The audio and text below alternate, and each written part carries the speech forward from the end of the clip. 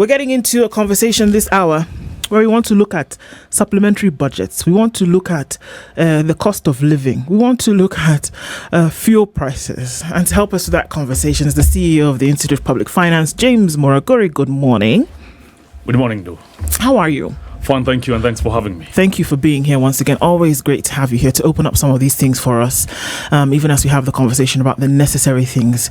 Supplementary budget came and went, like a ghost, like oxygen, but asking ourselves the question, what did it really mean? 200 billion shillings supplementary budget, and we ask ourselves, what does that mean? We're going to open that up, but before it gets hot, CT has a proverb from a democratic country about chickens, but I'll allow him to tell you. I've always wondered, why do countries have to label themselves as being democratic? So that you know now. Do you hear the Democratic British Isles? Did you hear that? The Democratic States of America. Did you hear them? The Democratic Country of Canada. Did you hear them say those things? To announce myself. I'm just asking. So that you know who is coming to you. If somebody just says the United States, and so at least I let you know the person who is coming to you, you will know that we are democratic in nature because of my name. Do you know, a name precedes a man. Now, let me tell you, the other country that declares itself as democratic is the North Korea, officially the Democratic People's Republic of Korea. Not just democratic, it's also people's. Yes. You see? Yes. And China is the People's Republic. Yes. And it's also important to define who the people are. They are mostly called So they're called people. No, they're mostly called just one family. I will not name the family. It is good, okay. Let the chickens come home to roost. I'm going to let the chickens come home. And the DPK. I'm going to leave it. In every village, there is a white chicken. James. Well, in every village there is a white chicken. Yeah, that's minimum. There could be more, but at least there's one.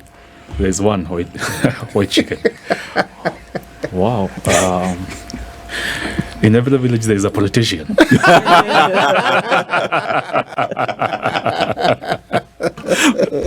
Are you calling politicians white chickens? Well, there's similarities. There's something. There's something. Yeah, what does that mean, James, to you? Well, it means that there is there's something or someone who stands out, either in positive or negative, depends on how you look at it, and either to be consulted or not to be consulted, to make people's life miserable or to make people's life good. Yeah. There will be one everywhere. There will be one everywhere. Okay. Every year there's one supplementary budget. Or more. Or more. At least one white chicken, at least one supplementary budget every year, isn't it? Yeah. So this one to the tune of 200 billion shillings, okay? And we throw the words about, we pass it around like a hot potato. Can we start with some definitions? Because I think it's always necessary, even as we have these conversations, that there are very many people, Kenyans, who are thinking, okay, so what does this mean? So we have the budget that takes place middle of the year, June, July. Now it's going to go over the next 12 or so calendar months and how the country is going to spend. And then maybe 4 or 5 months after that, there's a supplementary budget. What is it and why is that? Well, I think we need, first of all, for people to understand the budget making process, right? Through the process of the formulation, the approval, the implementation, and oversight. There are key 4 stages.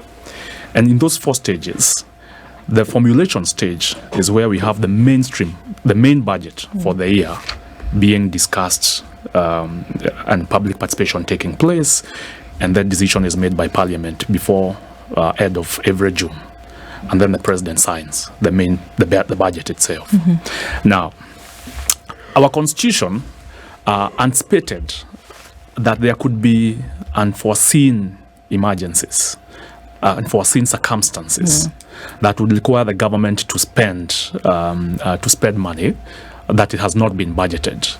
But it also provided that should this happen, it needs to be regularized. through a formal process in Parliament in within 2 months, and that's what now gets to a greater extent gets captured in the supplementary budget, and also once the budget has been so the formulation process takes, let's say, give or take 9 months or so. Yeah. The formulation stage. So by the time you're finishing the budget, there are things that have risen that were not seen. And so immediately you start implementing the budget, then you realize there are things that needs to be taken care of in a legal manner.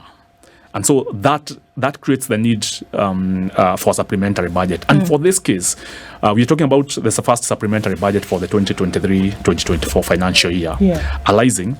And one of the things that we are seeing being provided as the need for this supplementary budget is to make provisions for repayment of loans. The last 4 months, between July, August, September, and now October, we've seen our stock of public debt increase by around 382 billion because of depreciation of the Kenya shillings. Now, that could be a factor that they foresee coming, and they need to provide that because it was not provided in the budget. Now, of course, that also means that there are other things that they need to spend money on. And supplementary budget is the most abused process because it's not exhaustive with regards to public participation. In generating the mainstream budget for the financial year, there is exhaustive mechanisms for participation by citizens and stakeholders. But the current supplementary budget, the only thing we are seeing happening is parliamentary committees interacting with ministries and state departments. Yes. Denying citizens an opportunity to engage and question, why have you cut development budget by around 41 billion? And why have you increased the current budget by 82 billion? It almost sounds to me like you're saying that because we know that there will be a process for the supplementary budget to take place, that folks already beforehand know where they will cut and put money. Yeah. Absolutely, that is one of the mainstream fears that we've had over the last many years that I've been assessing the Open Budget Survey for Kenya, where there is no opportunity for supplementary budget participation, and also to a greater extent that it's one of the greatest avenues of corruption. Because then there are few questions being raised on how we are making these decisions. It's a last-minute transactions and saying, because if we put this item during the mainstream budgeting, people will see it because the scrutiny is very high. But when we take it to the supplementary budget, then few eyes are there, for review of this. I have a question. Because yes, there's the 200 billion allocated to the depreciation of the shilling, and therefore we need to pay the interest on the loans. So that makes sense. But there was also talk about increase in expenditure in the offices of the two first and second lady? Is that the term? Sure.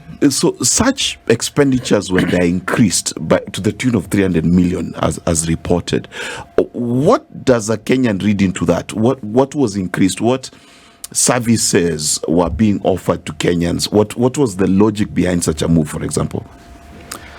Well, it's a very tricky and fluid scenario. First of all, you need to notice that in the mainstream budget, the program-based budget that we had, there was no, I think I can't recall seeing the breakdown between the president and the deputy president office. It was the presidency. But now it's been broken down into two. There is a deputy president, which had zero allocation, now has an allocation. Essentially, but the money is still within the presidency. So you cannot tell where it's being spent. Okay. Right? But there is an allocation that indicates that. But also, it's a way of saying we don't want just to increase because politically, if we just left it at probably the thinking would be if you left it at the presidency, then it's only seen to be State House where it's happening. But if you separate it and say now we have introduced the element of deputy president here, you say even the deputy president is spending money, not just the presidency. So that's what we led into it. But initially, it was just the presidency. because that's ideally the way the Constitution sees it. Yeah. But now in planning, to break down where, let's say the AIE holder, authority to incur expenditure holder, lies within the office of the Deputy President, now that's where it's been placed. But it did not exist previously, but it's appeared in this particular thing. But why the increase in the budget? You have to sustain the offices you put into power. My question is, you see, this is my question. Yeah. There was a budget Yes. in the presidency, Yes. all right? Yeah. As far as we know, there has been no emergency in the presidency. There was not a third lady that popped up suddenly. There was, we don't need a new state house. And the reason we're asking this is in times when Kenyans are being asked to tighten their belts, we want to see the presidency tighten its belt. Right? Yeah. That's why I'm asking this question. Yeah. Well, you see, we need money to fund the current expenditure, not even development. Put the lights on, keep the lights on, paid salaries, keep Exactly. the water running. You see? And we have to, and you have to see this clearly from this supplementary budget, that the current expenditure has gone up while we are being told to tighten our belt. And so what we need to ask is, it's more questions around now the transparency and accountability, because these questions at this particular point, to a greater extent, and this is very good because there's an avenue of raising this. Yeah. Parliament, the Budget and Appropriations Committee, ought to raise these questions. Why is our current expenditure, rising? This greatly. And I mean, I understand one of the known scholars said governments are full of wastage, and the only thing, we can say is, unless there is proof it's not wastage, part of wastage, then how do we lock in this? It's now up to citizen action. It's these conversations, having to drive this citizen action, the conversations that need to be active every day. So, James, look, there's a budget. Yeah. Right? The supplementary budget then comes in because, something may have come up that maybe didn't foresee or actually did foresee and said, well, don't worry about it because there'll be a supplementary budget. Because it is not that you necessarily move things around within your budget, but that you're looking for more money to tack on to what you've already told the country you're going to spend. Is it not? That's true. You're not only moving things around or removing some money here, removing others there. You're asking for more money. That's why it's supplementary. It's in addition to, right? Yeah. Are we often able to trace where and if truly the money that then goes into the supplementary budget is spent on the things, for example, what the Budgets and Appropriations Committee has been discussing over the last 2 weeks? Can we actually see that this supplementary budget goes to the line items that they've discussed that it would? Leave public participation aside, because, dead in the water, that one is not happening. But now you say this is a supplementary budget, this is what we're going to do with it. Will you then be able to see, yes, 10% of it then went to tack onto recurrent expenditure, that there was something needed in the presidency and then it went to that. There was something needed for that, it actually went to that. Can we see that? No, it's not possible. Why? Because of the opaque nature of budgets. For example, a lot of increase of this has happened in the presidency. So how open and transparent are the audit accounts for the presidency, for example? We get to see the audit report saying, we cannot ascertain the value of these resources years in, years out. And it's the same case that's happening in this. So it's extremely, very difficult. And those are the things that we need to see progressively. The demand around, especially, civil society actors, and we'd like to see even the private sector demanding, is that we need to see a little more granular breakdown of where these resources are going. It's, for example, government raising money through an infrastructure board. Which infrastructure are they borrowing money one? from? Like this one they've just closed yesterday or something, last week. Right? It's an infrastructure board. But on what? Can they point us what? which infrastructure it is? And if we ask, During Kibaki's government, an infrastructure board was accompanied by the infrastructure it's going to fund. But isn't that Now, obvious? It's supposed to be. It's infrastructure. Yeah. So you need to see that. But now there is no, this infrastructure board or the ones that have been coming. None of them can tell us we are going to construct this road or these affordable houses. That's why we are taking an infrastructure board to augment this. So they're taking an infrastructure board for recurrent expenditure to pop up the budget, which again, it's against the law. So this is illegal. It is. Let me ask, what does it mean to a lay Kenyan this illegality that also then increases recurrent expenditure by 82 billion and reduces development by 41 billion?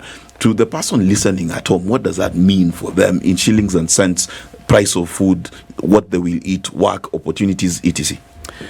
Reducing infrastructure development budget and development budget, everything is development. Let's say capital budget.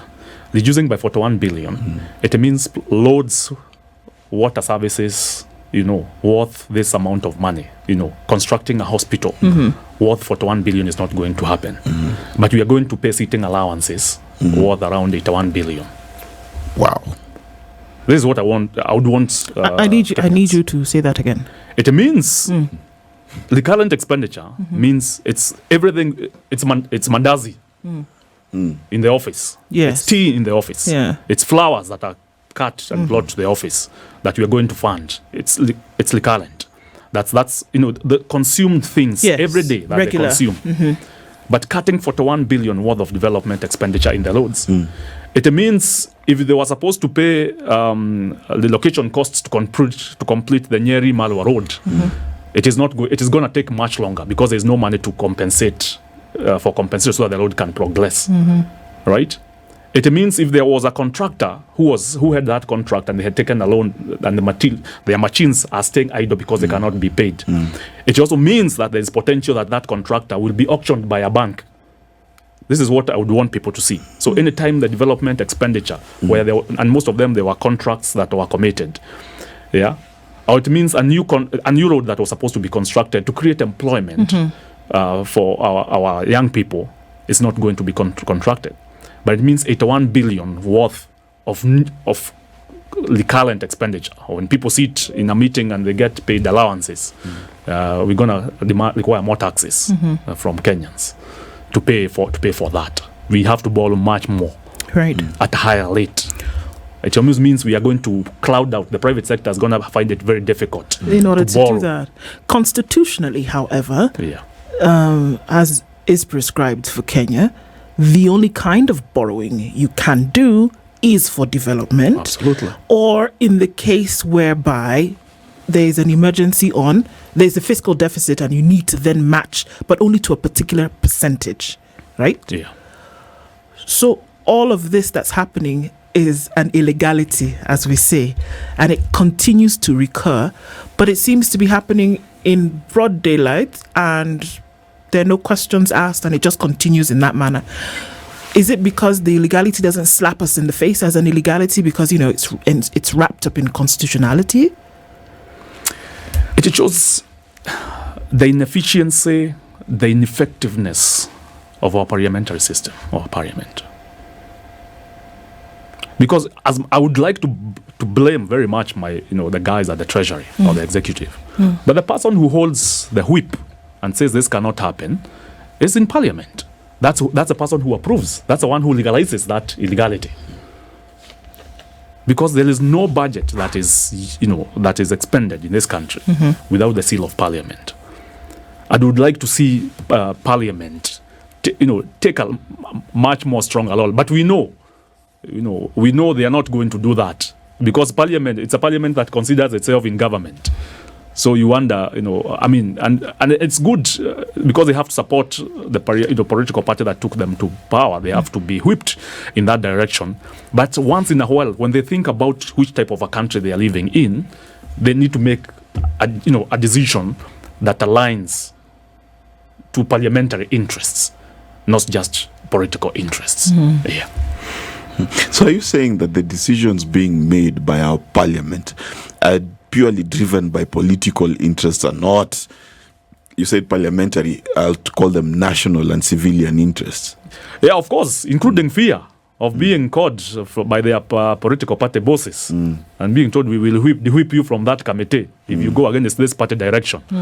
And I think I would really love to see our parliament, our minority, especially we have a minority, and we know they speak out once in a while, but our minority has also gone into silence, right? Because the majority will have their way in the political parties, in a parliamentary system. Yeah. But the minority needs to wake up and also keep engaging with citizen and telling the citizen, that this is that point. Because that point is coming also where a citizen will not require, a political leadership to get, for example, get on the streets. Yeah. It's going to get tough. And we are seeing already businesses, closing, people being laid off. It's getting difficult and difficult. Many a protagonist would say, you know what, that yes, the supplementary budget is being made for the country to continue running. There's a cost of living that is going through the roof, that there's the cost of being alive, because the cost of living has taken on a buzzword. It sounds like something out of space, but it's actually the cost of being alive within the country and being able to survive keeps going higher and higher. How can you look at government expenditure and connect that directly to making life easier for Kenyans every day? Because it's today the dialogue talks report will be completed, they say. And one of the issues that they say, if it is not there and how you're going to reduce the cost of living, then don't even bring it to us. How do we make the connection between the two? Well, thanks, Lou. Over the last, let's say, 10 months, there are three things we've been monitoring, around this. One is whether government sticks to fiscal consolidation. Two is whether projected revenues in the budgets come to pass. And also whether IMF downgrades Kenya risk of debt in terms of risk.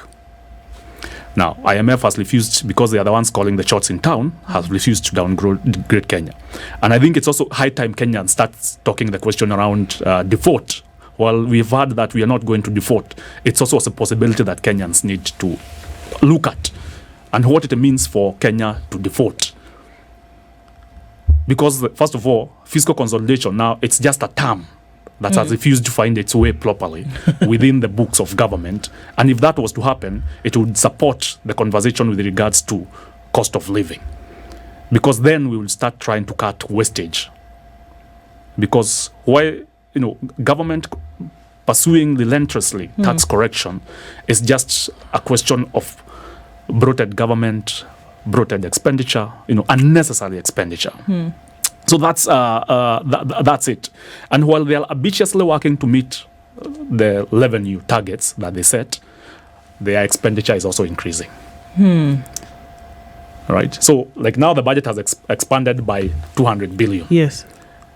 But also, we are seeing them making some very good headways with regards to tax, to revenue correction. But they're not likely to meet, because they've corrected some 684 billion between July and October.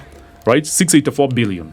Against a target of 2.4 trillion annually. So, give or take, every month, every 4 months, they correct 700 billion. They'll just get around 2.2 million to 2 trillion. So, they'll miss that. So there is no opportunity that they are going to address to meet those revenue targets. And so while the expenditure is increasing, right? And so what's happening is, the reason why also we are continuously going to suffer with regards to cost of living is, with this taxation, disposable income has shrunk, making it extremely very difficult for people to live. The cost of living, the cost of being alive, that you walk, you sneeze, you get taxed. So it's because we are taxing not to grow the economy, but to pay our debts, which they blame on the previous administration that they were part of. That's what we have to see. Yeah. And you see, and also corruption has taken, listening to the conversations on corruption, even from government officials, senior officials themselves, they've clearly said, they do not know what to do. But also we remember in their manifesto, the current government manifesto, they said fighting corruption is not our agenda. Right. If you want to fight corruption, please support the other candidate. That was very clear. So these things are what is eating us. And you have to link this, for example, look at our manufacturing. when you think about cost of living, I know we've imported, I think there is oil that was imported through Kenya National Trading Corporation to ease off the cost of living. Yes. But you can't drink cooking oil and survive a day as food. No. Right? But we also know that they provided subsidies to farmers. But who are the beneficiaries of these subsidies? It's the large-scale farmers. But also we know small-scale farmers here and there have, save for the lanes that have come, and now there's more green leaves that you can eat when you are up country.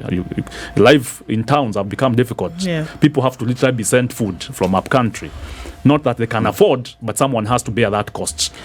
Let me ask, the president said that the taxes are as a result of the largesse that Kenya has lived under for quite a while, and now it's time to face the music.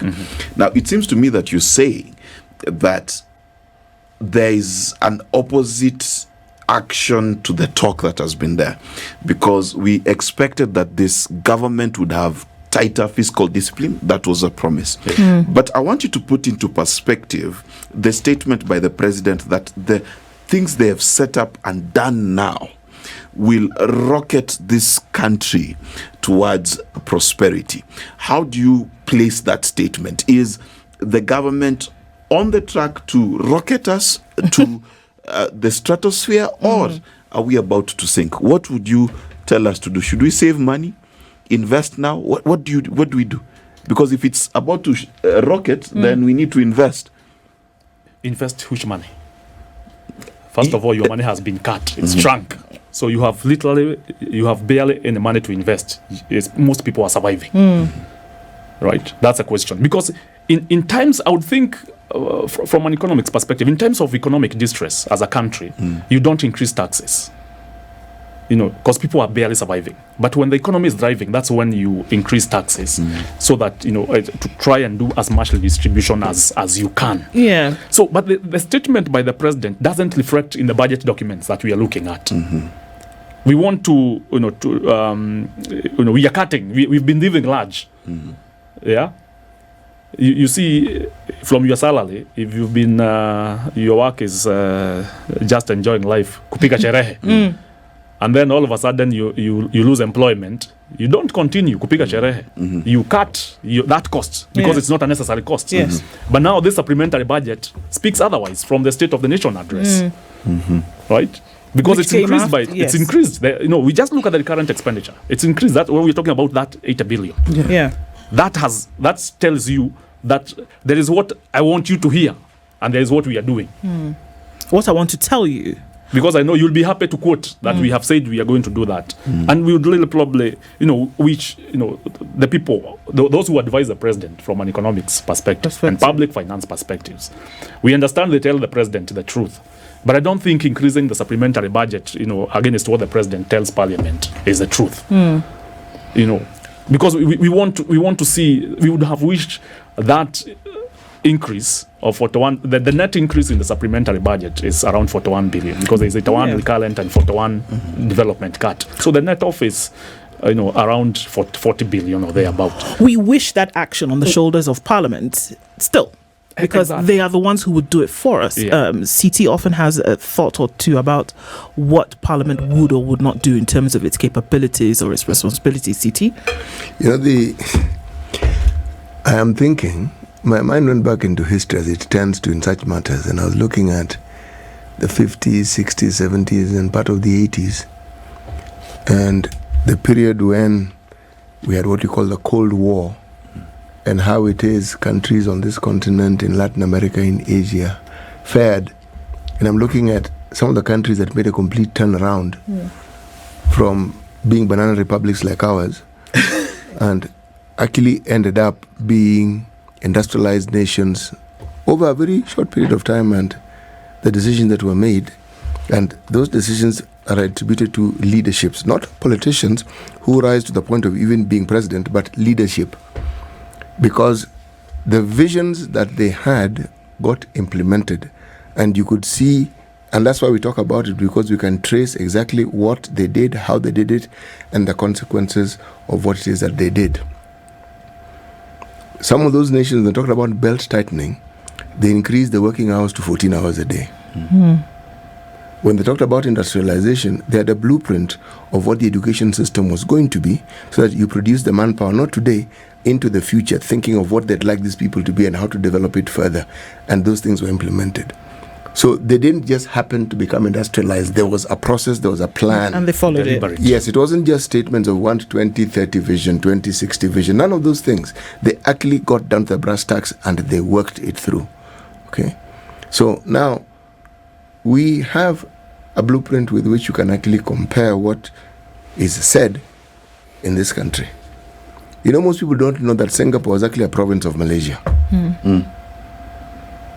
And that the parliament in Singapore, the Malay, there are things that they did and they said that made the Singaporeans feel, you know something, we're on our own, we need to move away.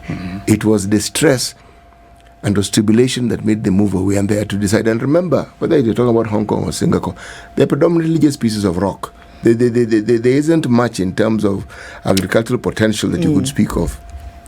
But again, the same thinking. Now, here, we're not a piece of rock. We have resources galore. And yet, every leader whom we have had, who ended up being president, many of these people at independence were peasants and they were poor. Okay? But by the time they were exiting, they were multi-billionaires, not millionaires. Okay? That has been our trend. Now, but at what cost? Because if we were to speak true to the situation, it appears that the current crop of politicians who are in leadership, note what I'm saying, current politicians who are in positions of leadership, they seem to be focused on how they can amass as much wealth as they possibly can within the shortest time possible. Absolutely. And damn the rest of the country. So when we talk about development and what we hope to see doing, how is that going to happen when that isn't really in the agenda? That is not the plan. And you know, the thing is, and this is what my worry is, that the government post haste needs to give clear clarity and direction for Kenyans so that they can prepare themselves. So, for example, there has been talk that Kenyans should tighten their belts, okay, from the same government, and there has been talk that Kenya is reaching for the stratosphere, meaning that the average Kenyan does not know what to prepare for tomorrow. So, for example, put it in perspective, we've got Eurobond to pay. Right? We've got interventions right now in fuel, meaning there's a possibility, according to our CS, that fuel could go up all the way to 300 shillings. If we keep sending, why don't we just make it 5 so that we give it a, you know, you have a window of you error. have a window, so between now and then you're breathing space until it gets to 5. Yes, you know. So at the end of the day, the messaging, and perhaps my mind usually goes towards talking to people. What should the government really tell Kenyans in terms of what they should expect? Because I think that's going to be a critical thing, lest we have serious cases of depression, suicide, and things like that in this country in one short year from now. But the government doesn't already happening. Yeah, but that problem will arise if we have false expectations. And with the current government, any expectation you have will be false, because they have demonstrated convincingly that they will not do the things they say they are going to do. It's not something you need to think about. You don't need a seminar to have it explained to you. You just need to live in Kenya to see and understand. Is there a formula, James? And I think that's, all of this contributes to that, because you are an economist, and oftentimes, we can pontificate, say this, oh no, it should be done, this is what government ought to do. And, and then others will say it's easier said than done, right? But is there not a way in which this can actually be done? I mean, this rang in my head so clear that a government really should not have any business doing other things apart from making sure that this cost of living that we're talking about is actually at a level where Kenyans can thrive. It is Kenyans who will support an economy by virtue of the work that they do. You can have robust activity whereby you can collect your taxes, but then you can actually be serious about development. Is there something you can do that you can look at this thing and say, you know what? 1, 2, 3, and if we do this with intensity, if we do it with regularity, and we do it with good intent, it will translate to this. Can we see something like that? And what would it be? That's the only thing this government can do. It's political goodwill to take the hard decision from the political leadership, from the president. They need to stop looking at the next election. This is the biggest problem we have. First of all, when I listen to them even talking to Parliament sometimes and trying to give way forward, they sound so clueless. They're not giving us. They're just telling us the problem. The chilling is increasing, but they're not saying we are the one in charge. We are going to do A, B, C, D. But of course, we see the supplementary budget. It has increased the money to the cooperative, and which looks like it's more towards agriculture and subsidies for fertilizers and things like that. That's a good move because 70% of our rural population is employed in agriculture, and agriculture still remains the largest employer. Right, but there is no political goodwill to take the hardest decision possible. We need to, in terms of this, cutting this wastage, we need to cut the expenditure. For example, we have 7 levies and taxes in fuel. Yes. The landing cost is 30. It's 130 Kenya shillings. The rest is taxes, right? Including railway development levy that's supposed to fund SGR, for example. But we know we fund SGR from our taxes, our payee, from the consolidated fund. So why is it still there? So some of the things that we need to be very deliberate so that you can spur the economy. Because if that cost of fuel, don't look at it. It's not a consumer thing. It's not consumption. It's what the manufacturers need to drive their businesses because they're going to employ more people. We need more people to fuel their cars. But the more the taxes increase, the less people fuel. The key drivers of the economy. Yeah. They should not be it's the only thing they're using because it's the easiest thing to hold on. But then is it not counterintuitive? Because it is. You look at a situation where you raise the tax and people say, hold on a minute, I don't have enough shilling for this thing, so I will not fuel. Exactly. So you lose the plot. Absolutely. That's where they're missing the point. Look at 2 key areas in this country in our economy. Let's look at health and let's look at education. And the things you're saying are true, but we don't actually need to be told what's happening. We understand. Yeah. And I'm saying why we understand. Why is it that if you look at education, the public sector portfolio of education in this country is at a 50-50 with the government? Health, almost similar. Meaning, something that ought to be the government's purview, you can take a softer view and say we are subsidizing the government, but you can actually look at it straight in the eye and say we've understood the government isn't going to do it, so we're doing it.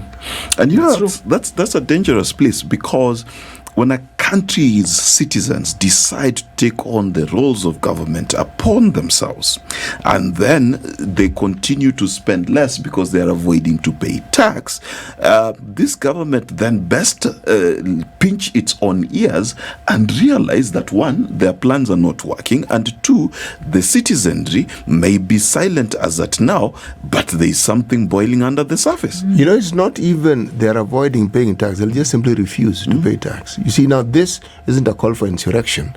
I'm just telling you what is already happening. Yeah, it is happening. If you look at the way Kenyans manage their lives, it's like they've understood the government isn't going to help. It's going to be even worse. Yes, so they are figuring out how best to manage their lives without the government. From January, when all the businesses are supposed to be onboarded on 18s by Kenya Revenue Authority for claim of corporate tax, allowable costs, it means that if you, as a business, if you purchase a pen outside here, that is your cost. You have to pay tax on, or it does not count for tax purposes.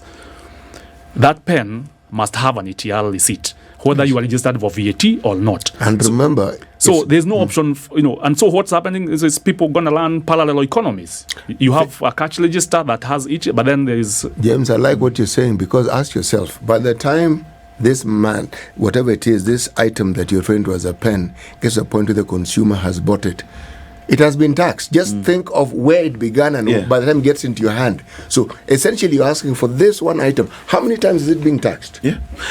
And you know who bears the burden of it all?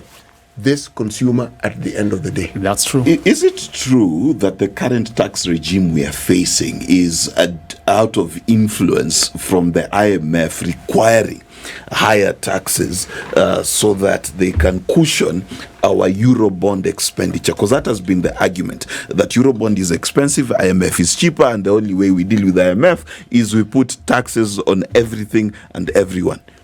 You see, this government has come in. They give comparatively to the Kibaki government when it came in. However, Kibaki government also refused to bow down to IMF conditions. They did. Yes. Right? True. To a greater extent, yes, they were talking, but they're saying we cannot push us this far. What happened? Cut a little bit of expenditure. Cut a little bit of expenditure. So this government, the reason why IMF is in town, I mean, literally, IMF is the one calling the shots. This government is being learned from Washington. It's not being learned from Nairobi, literally. The conditions attached, and we can see clearly, it's literally IMF conditions. We have the medium-term revenue strategy that's coming and says, we're trying to create a predictable tax environment, which is very good, reduce corporate income tax.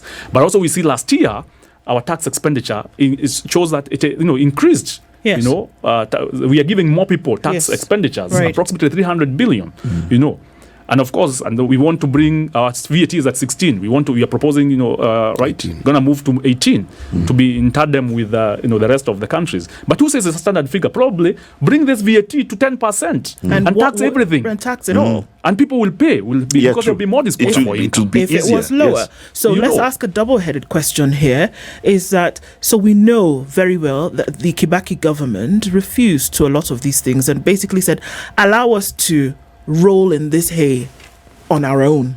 We don't actually need your intervention. If the government of Kenya today were to say the same thing to IMF, what would it portend? And then number two, I think it is very good to say things as they are. So then it often gives a clean picture of what things are. So it's not embedded in any kind of, ambiguity. We know very well this is where we are. What do you see happening? Should things remain constant? What do you see happening with the state of the economy as we see it today? Where are we going? If, for example, you're saying no to IMF today and the conditions and remain at the trajectory that we are in, we are going to default as a country because they have refused to cut the wastage and expenditure.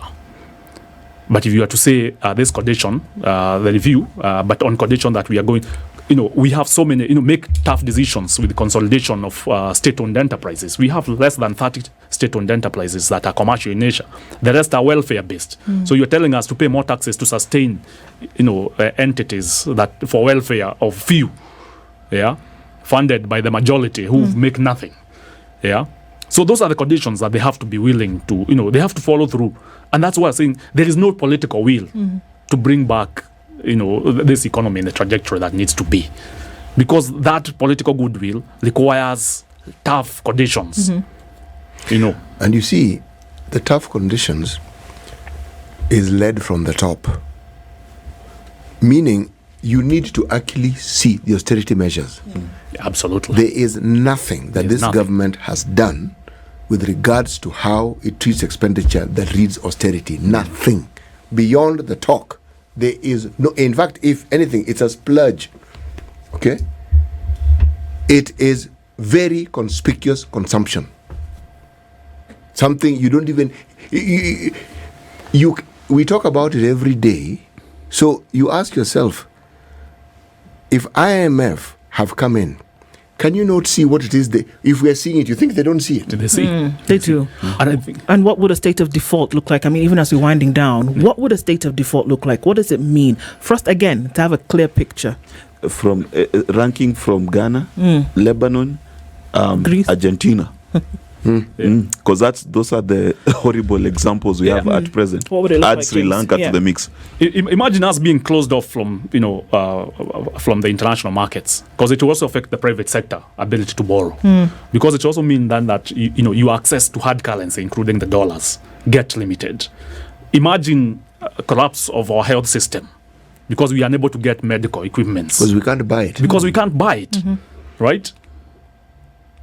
Those are there'll be fuel shortages. Just exactly. Understand. Just see. No, I understand it. Just see the collapse of businesses. Sri Lanka was exactly in this position. Yes. what was that, 3 years ago? Exact same position. Default, dollar issues, devaluation against the dollar, default on debt, lack of access to fuel, lack of access to healthcare, and people stormed the presidential palace. And this is where now, literally a call to action. Yes, I that's don't it. think there has been deliberate effort, like a stronger engagement between this government and, for example, with the private sector for us to chart a way forward. Yeah. And that needs to happen. And that needs to happen. We need to see the government. They met during campaigns and everything, seeking for votes and all those things. But when they come to power, when you're defining, for example, the budget, sit with the private sector. Have a conference with the with small and medium scale business. Say, the reality of it from campaigns to now is this. Listen to these people.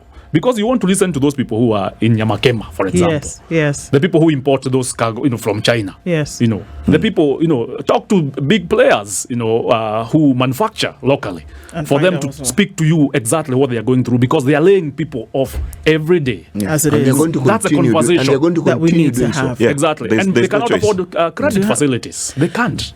James Muraguri is the CEO of the Institute for Public Finance. Thank you for being here. Shedding light, I think, is extremely important, and we need to continue doing it until we talk again. This is the Situation Room, the only way to start your day.